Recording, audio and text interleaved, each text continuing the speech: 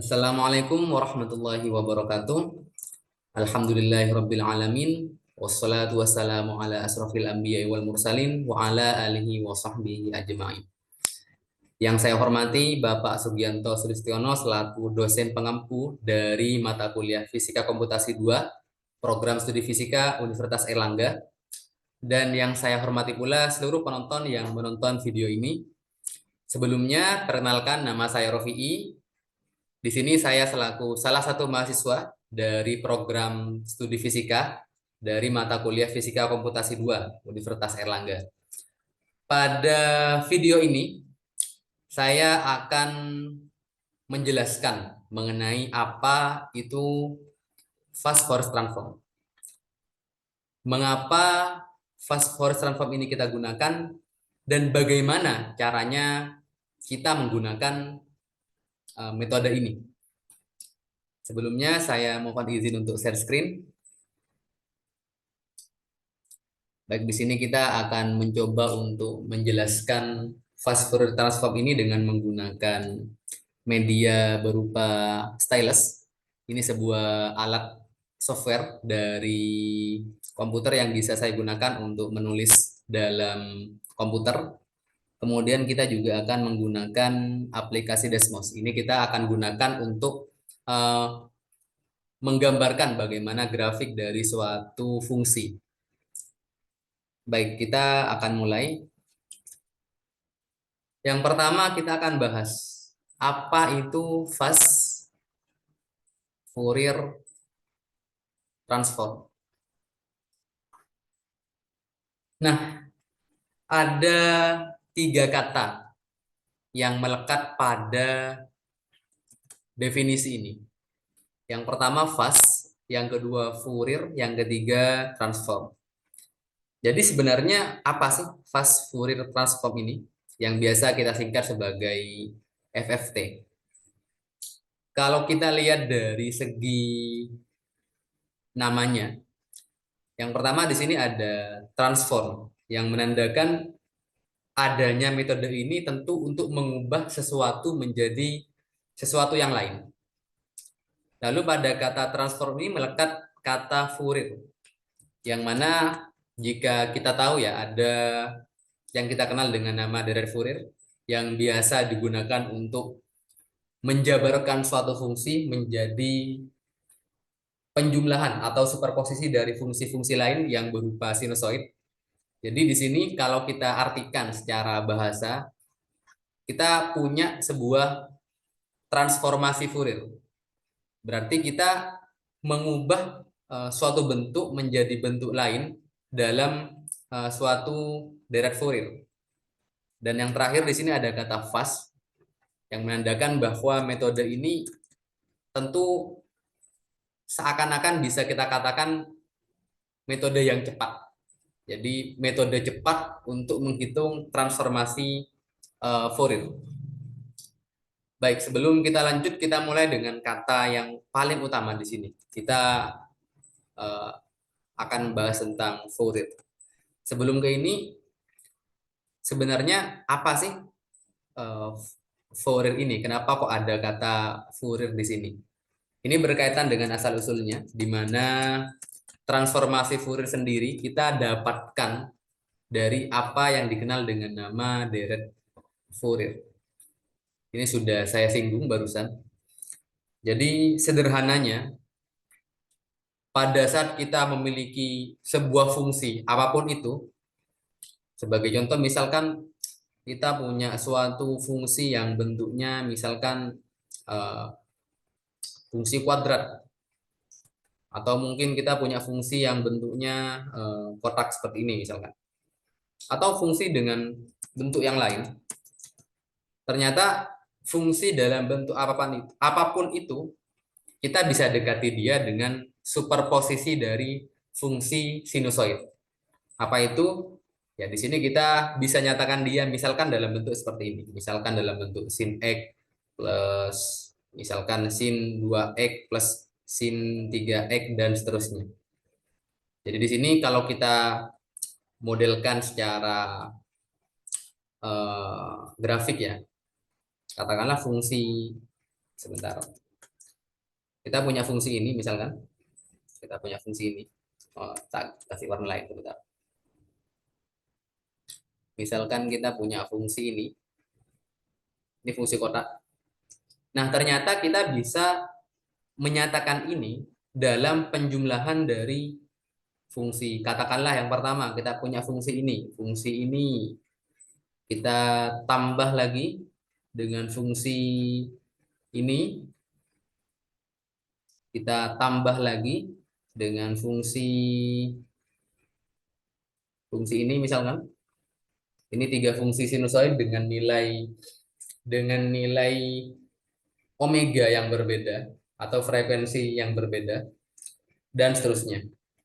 Jadi di sini kalau kita jumlahkan masing-masing fungsi sinusoidal ini yang mana dia memiliki omega yang berbeda, maka kita akan dapatkan fungsi sebagaimana yang saya lingkari di sini.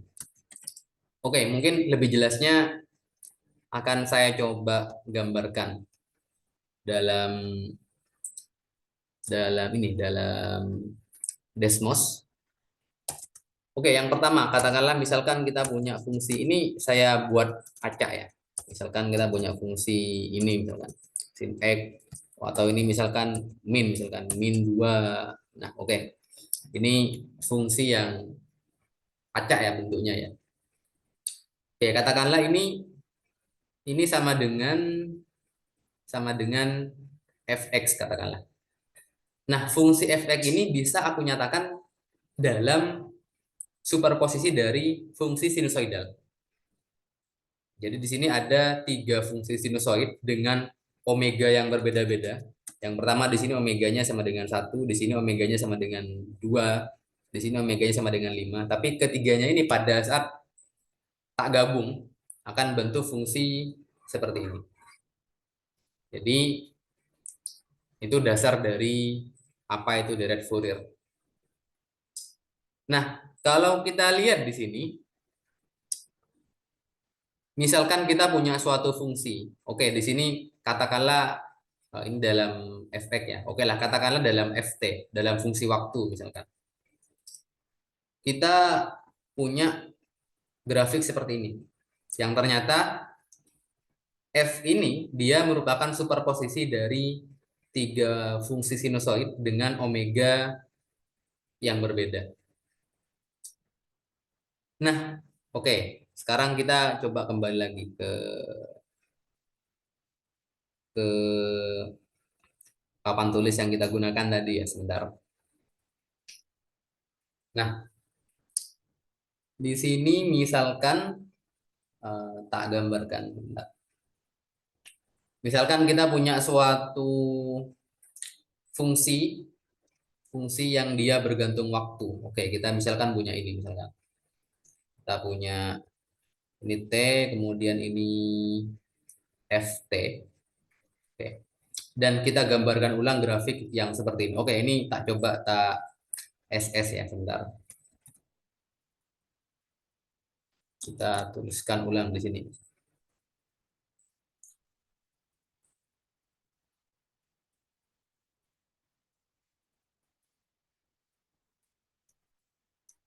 Oke, kita punya ini ya.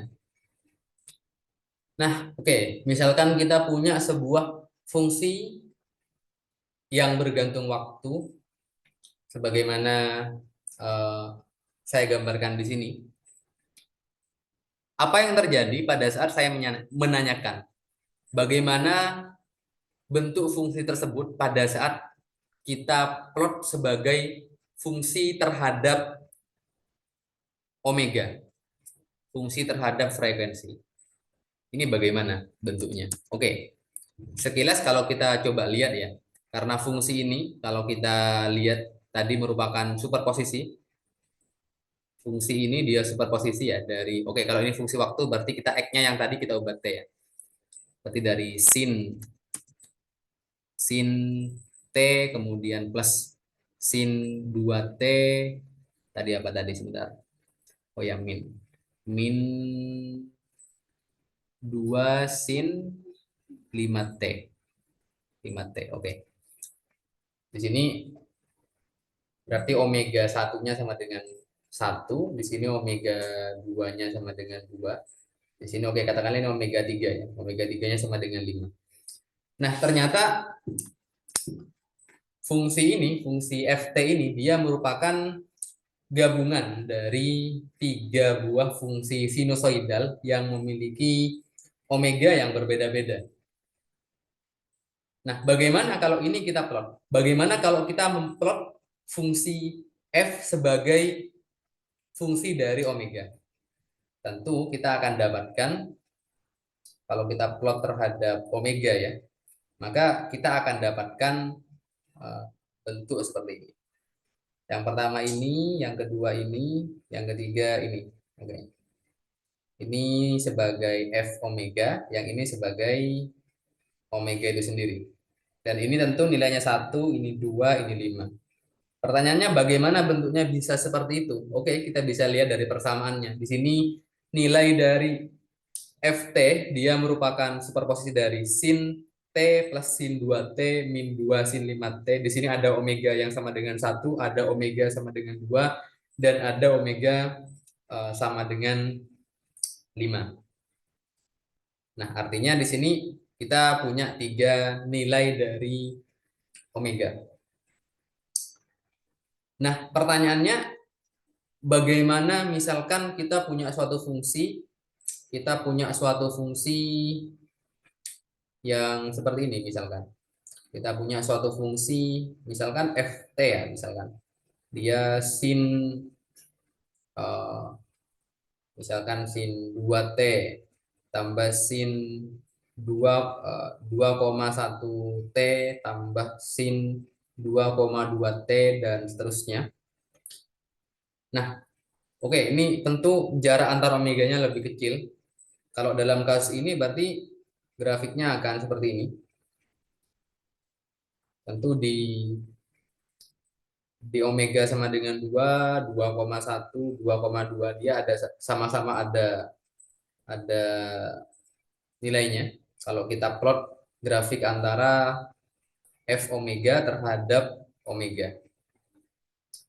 Nah, pertanyaannya bagaimana? Misalkan ternyata omeganya ini bersifat diskrit. Jadi, maaf, omeganya bersifat kontinu. Jadi, untuk semua nilai rentang, misalkan dari 0 sampai sampai 5 misalkan, ternyata untuk nilai omega ini enggak diskrit. Ini kan diskrit kan. Hanya 2, hanya 2,1, hanya 2,2. Tapi bagaimana misalkan antara 2 sampai 2,1? Di sepanjang ini ada banyak sekali nilai omega atau nilai omeganya kontinu. Maka grafiknya tentu akan seperti ini. Ya, katakanlah seperti ini. Ya, maknanya berarti untuk tiap titik ini dia ada kontribusi nilai omega pada nilai Ft. Nah, sekarang yang menjadi pertanyaan, bagaimana caranya kita mengubah? Ini tadi yang awal ya, kita punya fungsi domainnya waktu, Ft. Mau kita ubah ke fungsi yang domainnya omega. Jadi bagaimana caranya mengubah, sebentar, ini tak tuliskan ulang.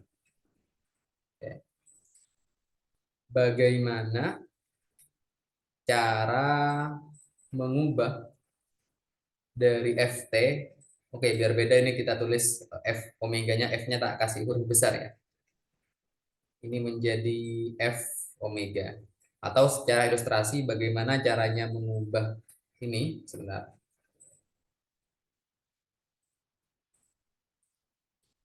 Bentar.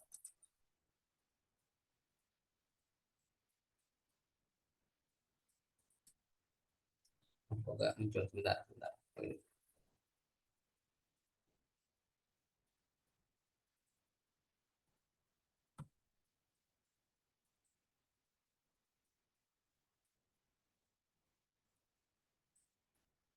Oke, bagaimana cara mengubah dari ini menjadi ini tadi, menjadi F fungsi omega, ini omega,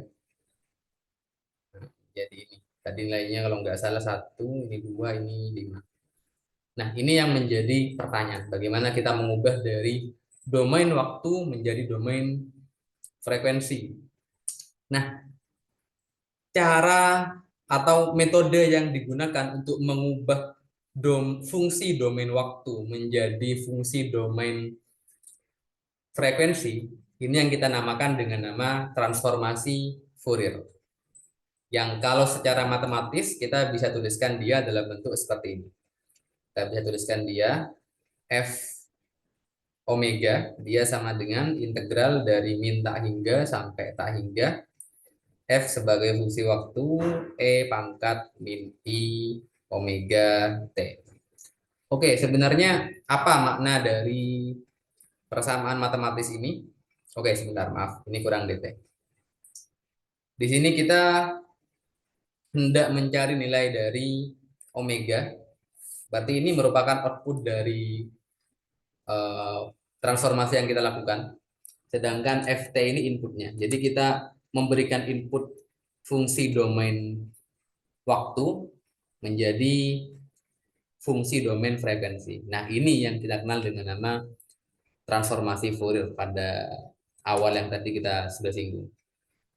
Jadi transformasi Fourier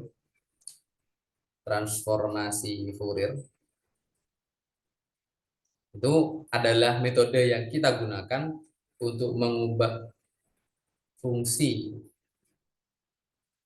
domain waktu menjadi fungsi domain frekuensi. Oke, kita sudah mendapatkan definisi ini, kita juga sudah mendapatkan bagaimana persamaan matematisnya. Lalu kita akan lanjutkan apa hubungannya dengan fast Fourier transform. Ini kan kita sudah mendapatkan apa yang disebut sebagai Fourier transform.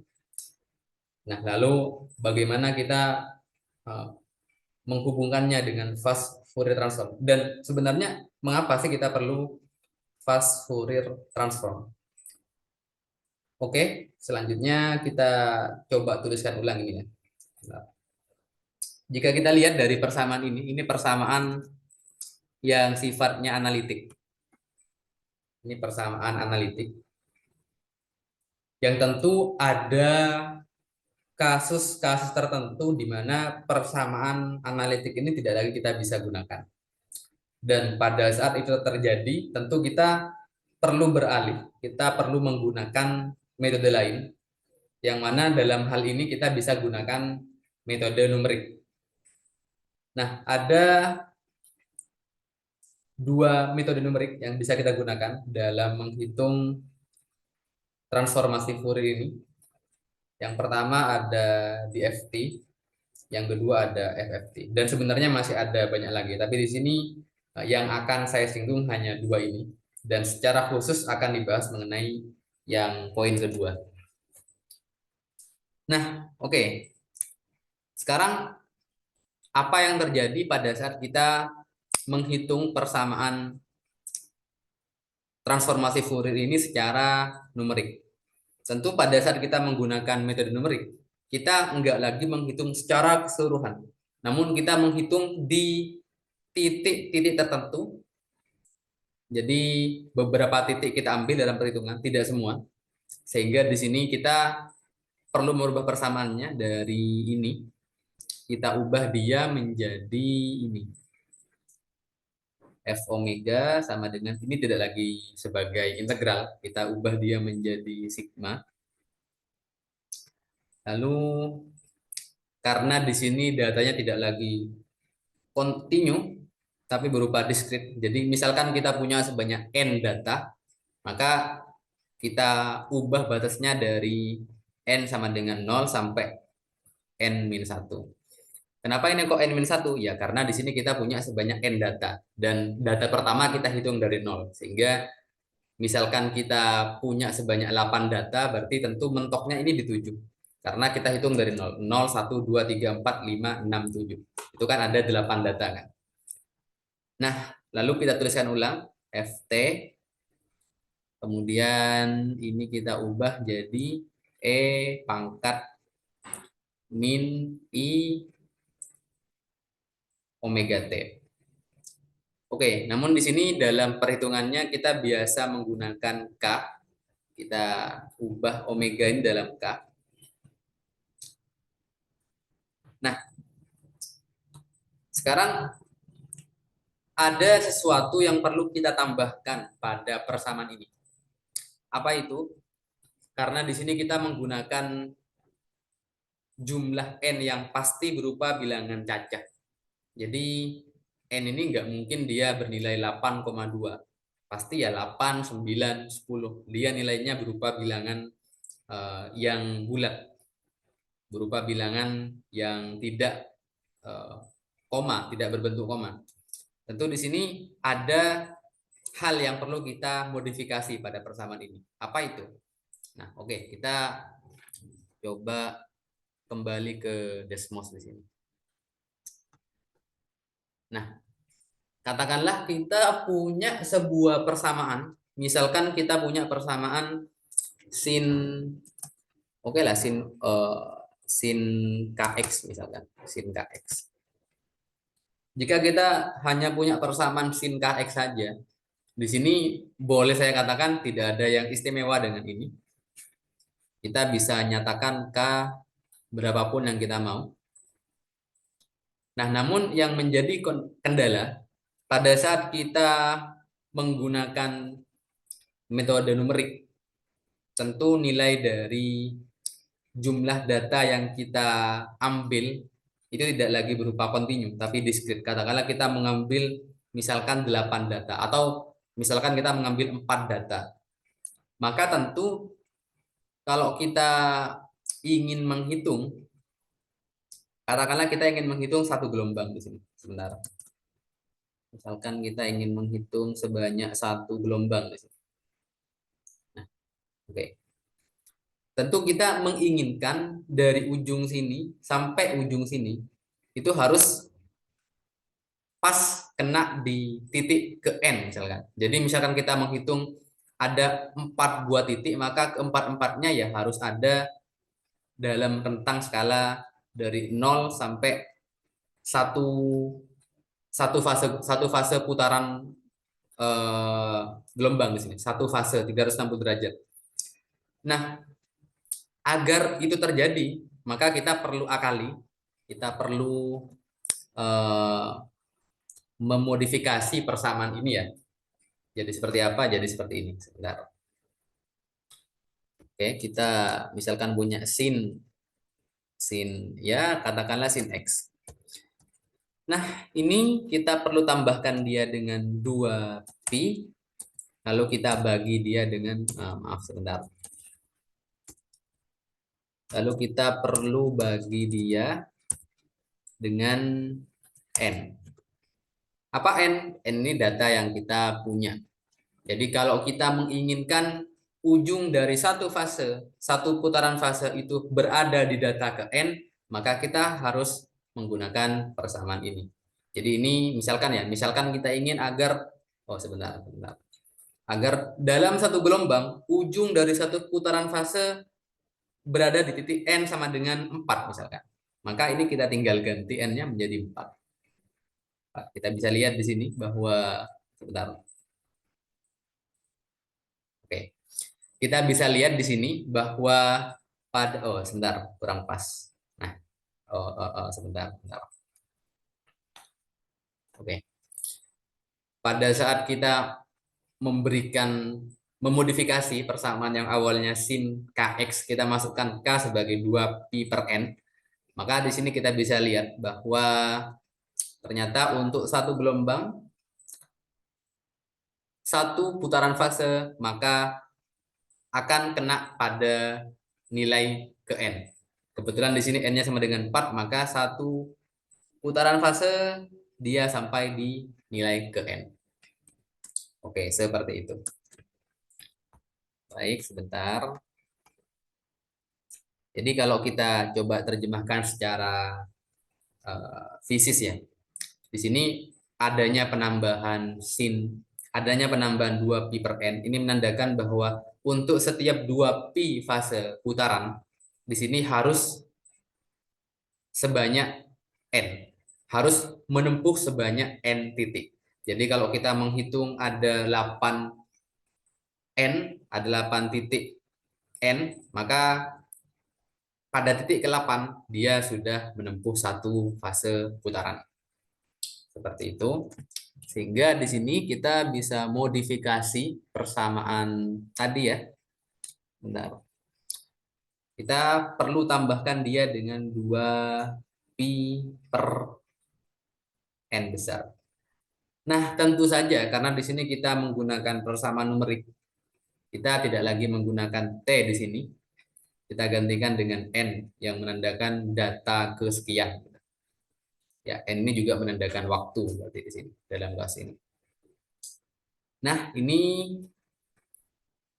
yang persamaan di atas ini persamaan secara analitik, sedangkan persamaan yang di bawah ini persamaan transformasi Fourier secara numerik. Numerik. Yang secara khusus ini metode ini kita kenal dia dengan nama DFT. DFT. Apa itu? DFT itu digital Fourier transform. Oke. Nah, jika kita lihat di sini ya, ini persamaan bisa kita pecah lagi. Karena kita tahu kalau kita punya E pangkat I theta, kita bisa ubah dia dalam bentuk cos theta plus I sin theta. Maknanya kalau kita punya persamaan E pangkat min I theta, dia bisa kita ubah jadi min cos theta, ya sama aja ya. Cos min theta itu sama dengan cos theta ya. Terus di sini karena sin min theta sama dengan min sin theta, berarti ini jadi min I sin theta. Oke, kita gunakan ini, maka persamaan numerik untuk transformasi Fourier, persamaan DFT ini kita bisa jabarkan. Kita bisa jabarkan dia sebentar. Kita bisa jabarkan dia menjadi persamaan ini. FK dia sama dengan sigma dari N sama dengan 0 sampai N min 1 dari F. Oke, sebentar. Ini karena dia berupa data yang sudah numerik ya, tidak lagi kontinu. Datanya berupa data yang diskrit, maka kita nyatakan dia dalam FK seperti ini. Ini berarti sigma Fn kemudian cos 2pi per N besar Kn. Oke, terus kita kurangi I sigma N sama dengan 0 sampai N min 1 dari Fn kemudian sin 2pi per N Kn.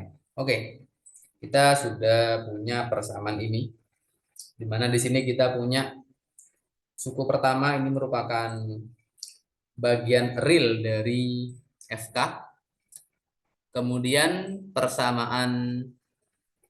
kemudian suku kedua dari persamaan ini merupakan bagian imajiner dari FK.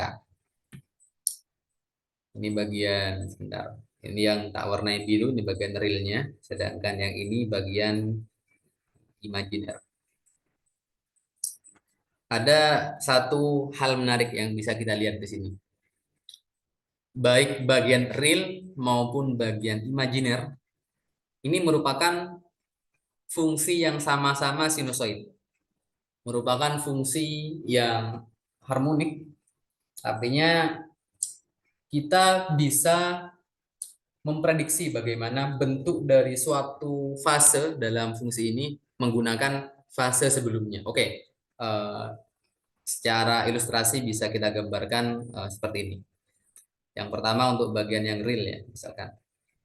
Bagian yang real di sini merupakan fungsi kosinus yang tentu saja bentuknya kurang lebih seperti ini. Oh, sebentar, kita gambarkan saja di Desmos ini. Kita punya fungsi cos, katakanlah cos X misalkan. Oke, kita Kita screenshot, kita pindahkan ke sini. Oke, sebentar, sebentar. Ini ya, sebentar. Ini saya coba potong dalam satu fase putaran. Oke, ini kita punya fungsi realnya seperti ini. Lalu kita juga akan punya fungsi imajiner yang dia merupakan fungsi sinusoid. Oke, kita coba gambarkan juga untuk fungsi sinusoid. Maka, oh, bentar. Ini tadi yang, maaf, maaf. Sebentar. Oke, ini yang fungsi sin X ya. Kita SS juga. Kita pindahkan dia ke sini. Oke, oke. Oke, kita juga ambil untuk satu fase putaran seperti ini. Oke, kita coba perbesar ya. Nah, kita dapatkan grafik seperti ini. Ini merupakan fungsi N-nya ya, atau T kalau yang analitiknya. Ini Fn, ini juga sama. Ini N, ini Fn. Nah, karena ini merupakan fungsi yang sinusoid, kita bisa lihat pada saat kita membagi atau memotong fungsi ini pas di tengah di sini misalkan. Pak, oh maaf sebentar. Pas di tengah, oh sebentar, maaf. Oke, kita potong juga ini pas pada bagian tengah. Apa yang kita dapatkan di sini? Kita, oke, misalkan ini jarak bagian tengah dari satu fase putaran, kita katakan saja dia ada di posisi NS misalkan. NS itu N setengah katakanlah. Di sini kita bisa lihat, misalkan kita punya suatu titik. Oke, yang pertama bagian realnya misalkan. Kalau kita punya suatu titik di sini, maka ini nilainya akan sama persis dengan titik di sini. Titik di sini juga nilainya akan sama persis dengan titik di sini. Nah, artinya di sini kalau tanpa kita tahu bagian ini, oke, katakan ini kita benar-benar nggak tahu, kita nggak hitung bagian ini, kita hanya hitung separuh dari satu fase putaran ini. Jadi kita hanya menghitung dari 0 sampai ns, maka tanpa kita menghitung dari ns sampai n, kita bisa tahu berapa nilai dari Fn pada bagian ini. Nah, itu dia yang menjadi kunci dari FF, FFT atau fast Fourier transform. Nah, kalau kita lihat di sini ya, untuk bagian real, dia kita bisa rumuskan seperti ini. Oke, sebentar. Katakanlah kita punya nilai dari Fn, atau ini misalkan Fn misalkan. Fn ini dia akan sama dengan F2ns min n. Oke, apa maknanya ini? Oke, kita bisa lihat di sini. Kalau aku punya titik di sini, ini berarti jarak sini ke sini, ini kan n kan, n. Titik ini akan sama dengan titik ini, titik ini. Titik ini nih seberapa besar dia? Oke, ini kan berarti sama aja dengan n. Oke, kita tambah dengan, oke, panjangnya ini ke sini, ini kan berarti sama aja dengan, oh maaf, panjangnya dari sini ke sini, ini kan sama aja dengan n juga kan? Sehingga nilai dari Fn dia sama dengan Fns tambah Ns, ini Ns berarti ya, tambah Ns kita kurangi dengan N. Dan nilainya sama. Pun misalkan kita mau hitung berapa nilai dari N di sini, N di sini, N yang ini, N yang ini. Kita juga akan dapatkan, sebentar. Ini akan sama dengan N kan, ini sama dengan N. Berarti nilai ke N ini akan sama dengan 2NS. Berarti 2NS itu sama dengan dari sini ke sana. Lalu kita kurangi dengan N. Nah, N itu kan dari sini sampai sini. Ini kan sebenarnya sama aja dengan dari sini sampai ke sini. Jadi nilai dari titik ini akan sama dengan nilai dari titik ini. Seperti itu. Di sini kita mendapatkan formula seperti ini. Dan untuk yang bagian imajiner, sebenarnya ini mirip dengan yang bagian real. Namun di sini boleh dikatakan kita dua kali melakukan pencerminan. Kalau di sini yang bagian real kita hanya satu kali, yaitu kita cerminkan dia terhadap sumbu yang pas di tengah antara 0 dengan satu fase putaran. Kalau pada bagian imajiner, maka kita cerminkan dua kali. Yang pertama, kalau kita punya ini, kita cerminkan terhadap sumbu NS ini, kita akan dapatkan grafik ini. Lalu kita cerminkan terhadap sumbu X-nya, kita akan dapatkan grafik yang bawah. Oke. Artinya kita bisa menyimpulkan kalau kita punya titik di sini, maka dia pasti akan sama dengan titik di sini. Kalau kita punya titik di sini, dia pasti akan sama dengan titik di sini. Kalau begitu, maka kita akan dapatkan bahwa sebenarnya nilai dari F ke N, dia akan sama dengan F 2NS min N, sama dengan yang ini. Namun perbedaannya ini kita negatifkan. Atau karena dia imajiner, berarti kita bisa katakan kita mengkonjugatkan nilai dari ini. Kita konjugatkan. Oke, kita dengan cara yang sama seperti pada bagian real, kita menemukan bahwasanya tanpa kita menghitung bagian ini, kita sudah bisa menebak berapa hasil dari daerah pada bagian ini. Nah, sekarang apa implikasinya? Apa eh, manfaatnya pada saat kita sudah mengetahui bahwa kita tidak perlu menghitung seluruh daerah di sini, pun di sini. Nah, kita bisa lihat karena ini merupakan metode numerik ya, yang tentu kita menggunakan komputasi untuk menghitungnya. Maka pada saat sebagai contoh, misalkan contoh ini. Di sini ada 4 titik misalkan. Pada saat kita menggunakan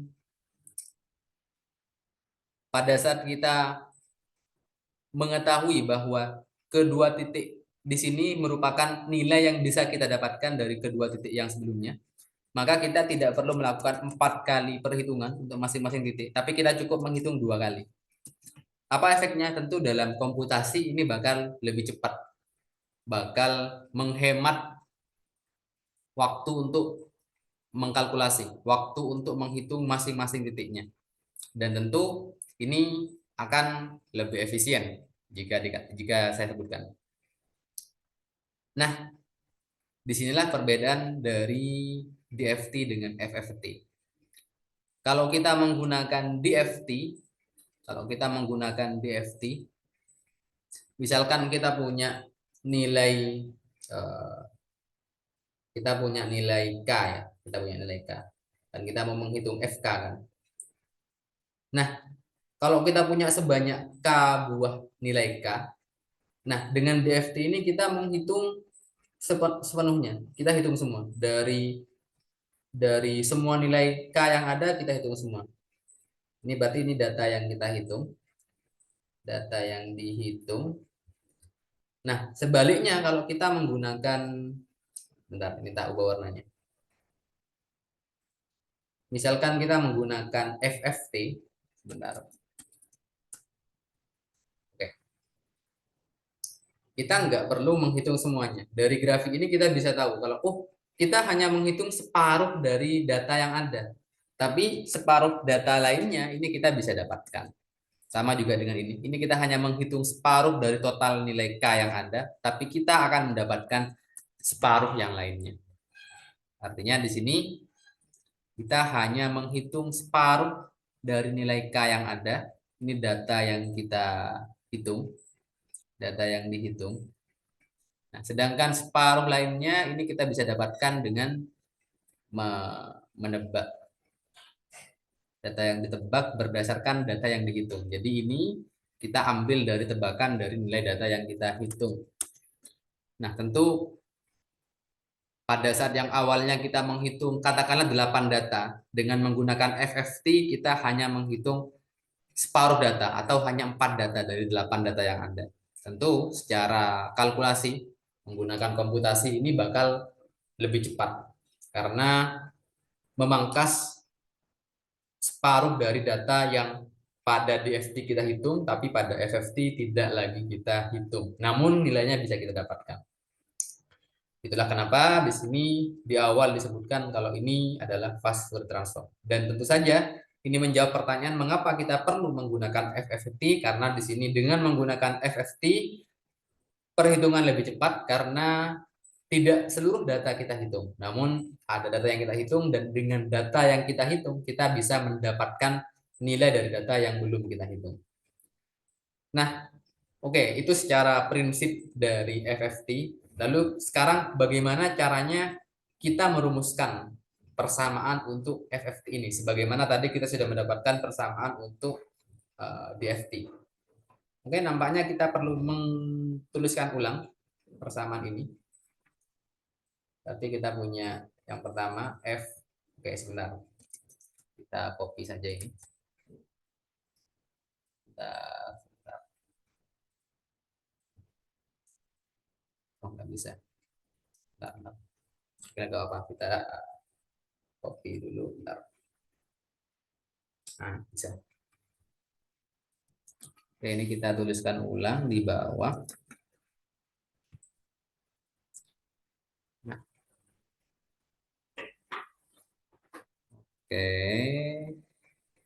Ini kita punya persamaan untuk DFT. Lalu bagaimana dengan FFT? Tadi kita sudah mengetahui bahwa kita hanya menghitung separuh awal dari data yang ada, tapi separuh lainnya kita tebak dia. Sehingga kalau kita tuliskan, kita pecah ini ya. Kalau kita pecah maka FK itu sama dengan sigma. Separuh pertama itu berarti dari N sama dengan 0 sampai N per 2 min 1. Ini berarti Fn E pangkat min I 2Pi per N Kn. Ini separuh data yang pertama. Lalu separuh data berikutnya dia berarti N sama dengan N per 2 sampai dengan N min 1 Fn E pangkat min I 2Pi per N Kn. Oke. Ini data yang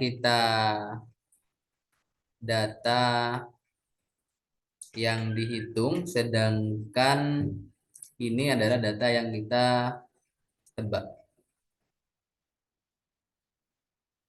Data yang ditebak. Nah, oke, kita sudah punya persamaan ini. Lalu kita bisa sederhanakan lagi persamaan ini. Misalkan kita ingin agar kedua persamaan ini menyatu dalam satu buah nilai sigma. Maka kita bisa ubah batas yang ada pada suku kedua, pada suku yang saya lingkari merah. Sehingga kita punya persamaan seperti ini.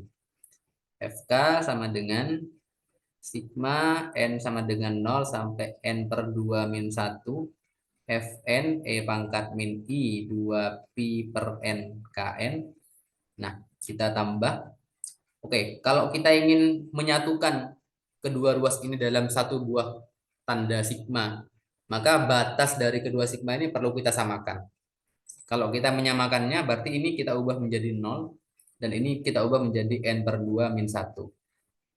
Apa efeknya pada saat kita mengubah batasnya? Tentu ini tidak lagi menjadi Fn. Namun ini kan kita ubah dari N per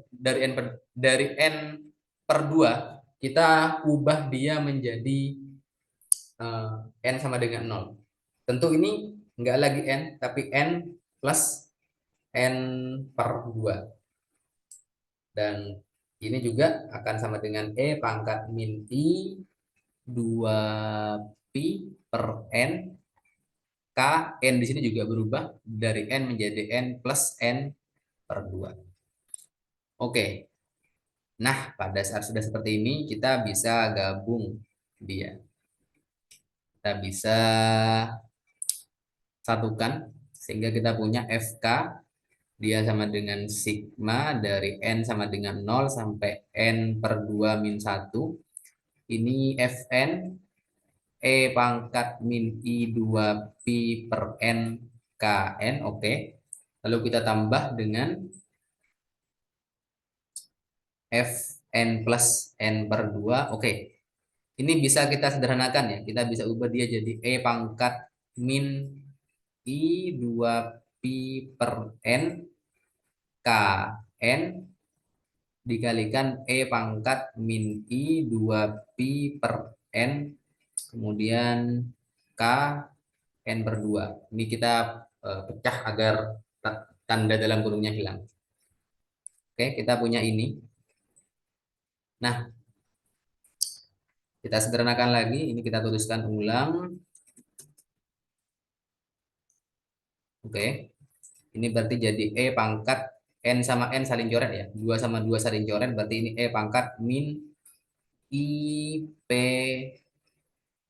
kemudian K. Nah, kita sudah punya ini.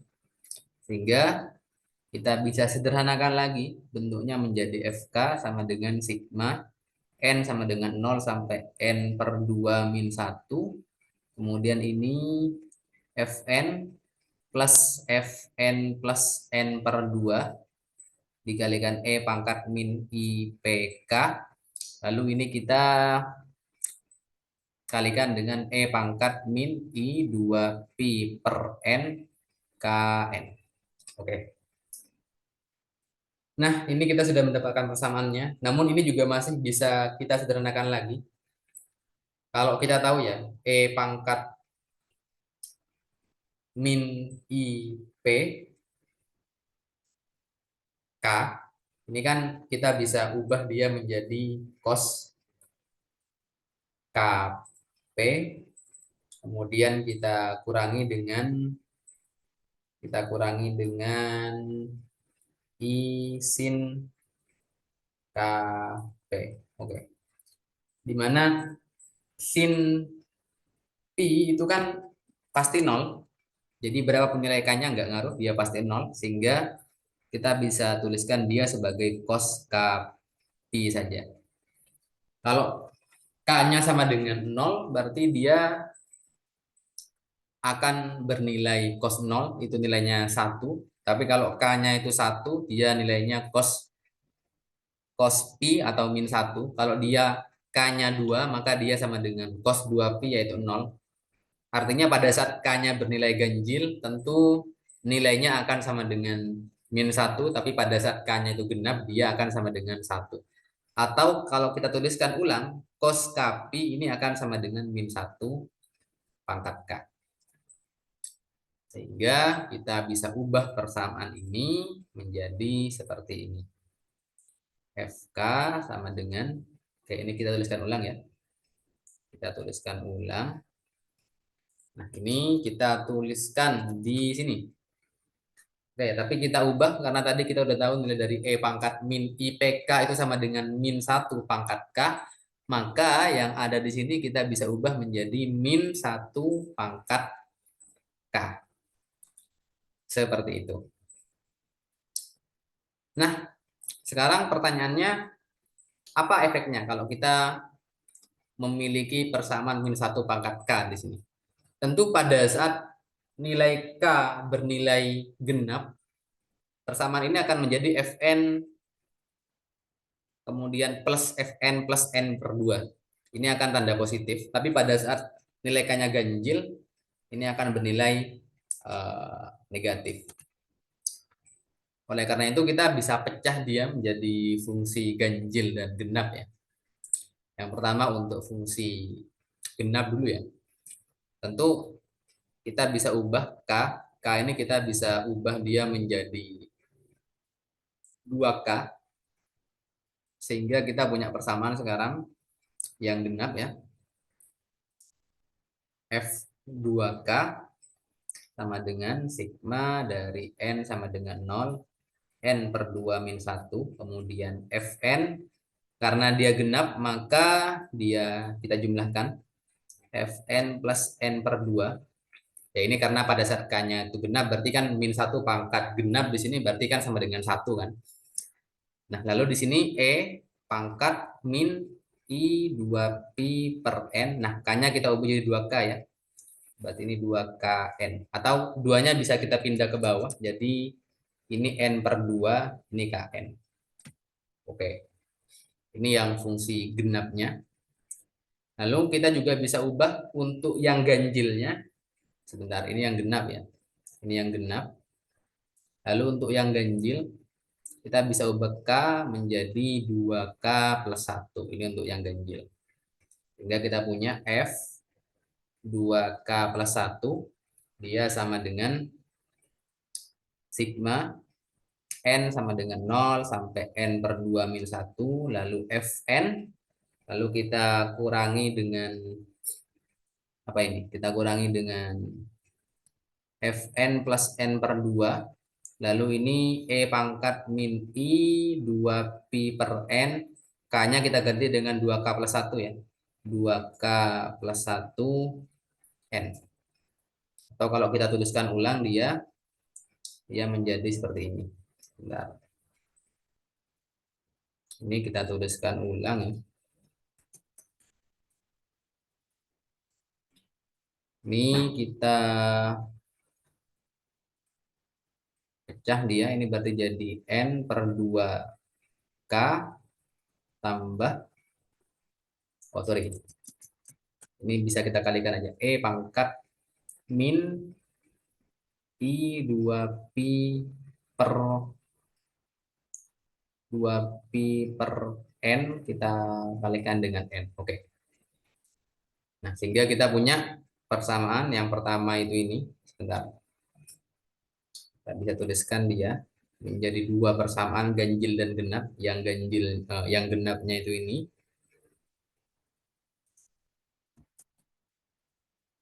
Yang genapnya itu ini, sedangkan yang ganjil itu ini. Oke, ini tak tuliskan ulang aja. Itu berarti F 2K plus 1 sama dengan sigma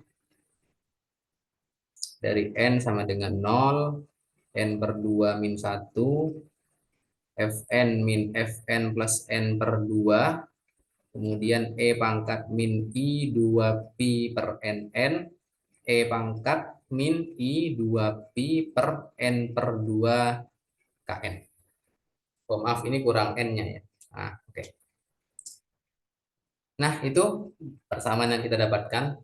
Lalu kita juga bisa sederhanakan lagi ya, karena kalau kita lihat E pangkat min I 2pi, maaf sebentar, E pangkat min I 2pi per N ini kan merupakan konstanta. Ya, kita nyatakan saja misalkan dia sama dengan W ya. W sama dengan E pangkat min I 2pi per N. Maka kita akan dapatkan persamaan seperti ini. Jadi ini kita bisa tuliskan ulang ya. Bentar.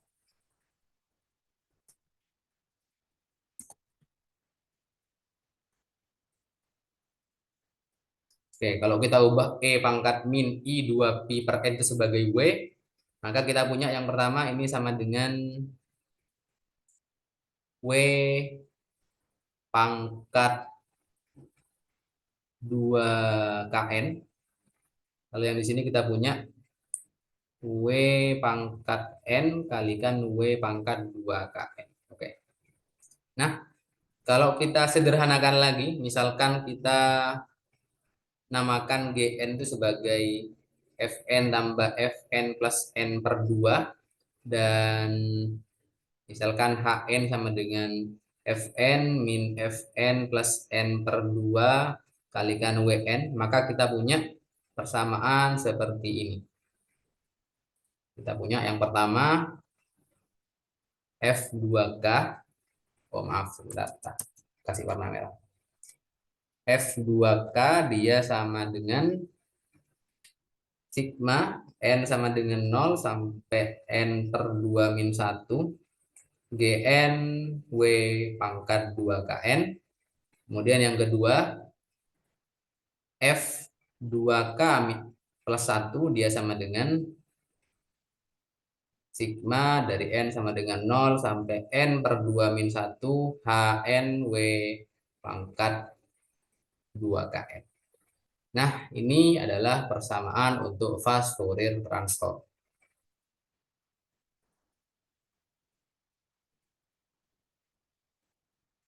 Oke. Ada satu metode yang bisa kita tuliskan ya untuk memvisualisasikan FFT ini yang kita kenal dengan nama metode kupu-kupu. Apa itu? Oke, kita lihat di sini. Dari sebentar. Oke, misalkan dari ini ya. Ini kita coba copy.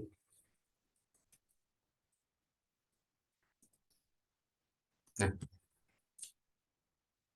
kalau kita ingin tahu nilai dari suatu eh, K tertentu, maka yang kita lakukan, kita menghitung nilai dari Fn tambah Fn plus N per 2 untuk nilai dari N sama dengan 0 sampai ini sampai N per 2 min 1. Oke, secara visual ya. Secara visual berarti kita bisa tuliskan seperti ini. Misalkan kita ingin mencari uh, F FK FK di nilai K tertentu, maka misalkan kita punya ini misalkan kita punya ini N ya, ini Fn. Katakanlah kita punya nilai dari N apa ya? Di sini kita punya F1, F2, F3, F4, F5, F6, F7, F8. Ini misalkan ya. Nah, karena kita menggunakan FFT berarti kita hanya menghitung separuhnya saja. Jadi sebentar ini F1, F2, F3, F4, F5, F6, F7, F8. Nah, dari persamaan ini ya, kalau kita lihat, kita menghitung nilai dari data ke N tambah N plus nilai separuhnya total. Berarti kita, kalau kita visualisasikan, makna dari ini, itu berarti sama dengan ini tambah ini tambah ini. Atau ini tambah ini. Atau ini tambah ini. Nah, karena kita sigma di sini, kita sigma artinya kita menghitung seluruhnya. Jadi, kalau kita mau menghitung nilai dari FK, sebentar, kita mau menghitung nilai dari FK, maka yang perlu kita lakukan, kita perlu menghitung berapa F1 tambah F5. Nah, ini kan, baru kita kalikan dengan W pangkat 2KN. Ini kita kalikan dengan W pangkat 2KN tadi. Terus tambah F2 tambah F6. Kita kalikan dengan W pangkat 2KN. Kita tambah dengan F3 tambah F7. Kita kalikan dengan W pangkat 2KN. Lalu kita tambah dengan F4 tambah F8. Lalu kita kalikan dengan W pangkat 2KN. Artinya untuk mendapatkan satu nilai K, kita membutuhkan sebanyak N buah nilai Fn. Artinya kalau kita coba tuliskan ya, misalkan kita punya ini nilai dari Fn misalkan, ini nilai dari Fk misalkan. Nah, untuk N sama dengan misalkan N F1, F2, F3 misalkan sampai ini sampai F8 ya, 8. Maaf sebentar. Ini berarti F4, F5, F6, F7, F8. Oke. Oke, katakanlah kita punya di sini FK FK1, K-nya 2, K3 terus sampai 8.